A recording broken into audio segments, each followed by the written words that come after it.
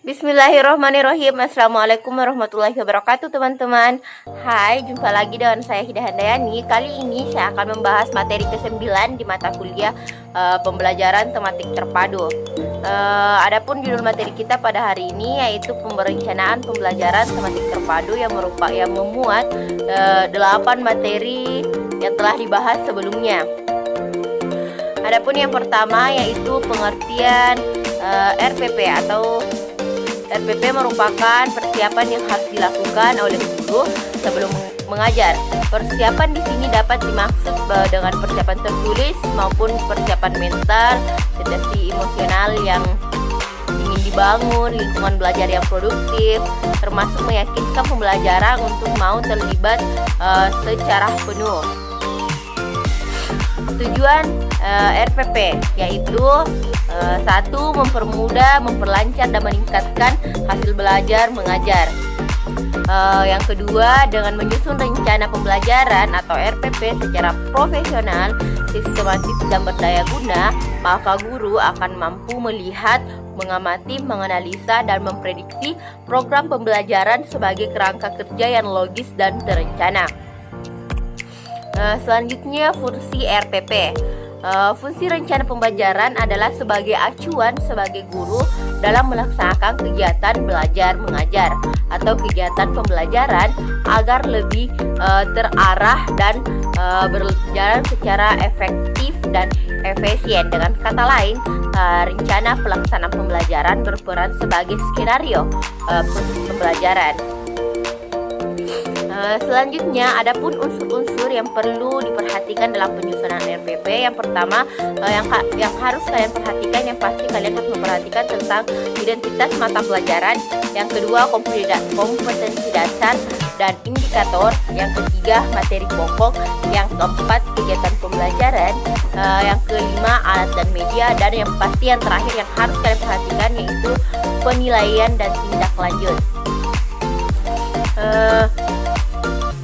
Adapun prinsip-prinsip penyusunan RPP. Yang pertama, perencanaan pembelajaran harus berdasarkan dengan kondisi siswa.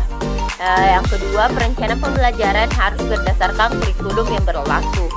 Yang ketiga, harus memperhitungkan waktu yang tersedia. Yang keempat, harus merupakan urutan kegiatan pembelajaran yang sistematik.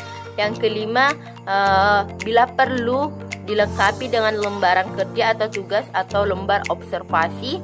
Dan yang keenam, harus bersifat fleksibel. Dan yang terakhir, perencanaan pembelajaran harus berdasarkan pada pendekatan sistem yang mengutamakan keterpaduan antara tujuan, kompetensi, materi, kegiatan belajar, dan yang pasti evaluasi. Adapun langkah-langkah dalam penyusunan RPP. Yang pertama, harus mencantumkan identitas sekolah. Yang kedua, harus menentukan alokasi waktu. Yang ketiga, menentukan SK atau di K13 ini lebih dikenal dengan KI. Dan yang pasti, mencantumkan kompetensi dasar dan indikator. Yang keempat, merumuskan tujuan pembelajaran yang akan dicapai dalam proses pembelajaran. Dan yang kelima, mengidentifikasi materi ajar. Yang keenam, menentukan metode pembelajaran yang akan kita ambil. Dan yang ketujuh, merumuskan langkah-langkah pembelajaran atau kegiatan pembelajaran.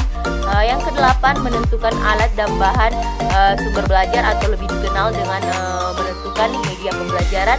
Dan yang keenam, yang kesembilan yang pasti harus kalian tentukan yaitu menyusun kriteria penilaian, lembar pengamatan, contoh soal, dan yang pasti teknik penskoran agar di akhir kalian dapat rencana pembelajaran kalian ini dapat efisien karena bisa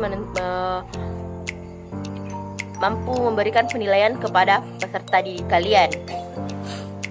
Adapun komponen RPP atau komponen penyusunan RPP yang harus ada dalam RPP tersebut. Yang pertama, yang pasti tentang kembali identitas mata pelajaran.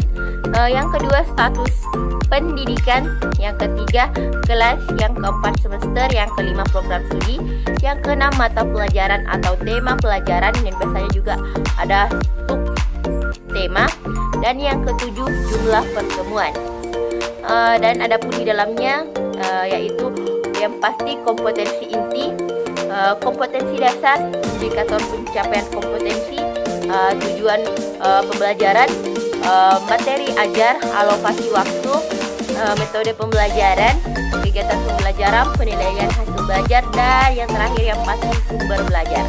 Oke teman-teman, sekian untuk materi saya kali ini. Sampai ketemu di mata kuliah selanjutnya. Assalamualaikum warahmatullahi wabarakatuh.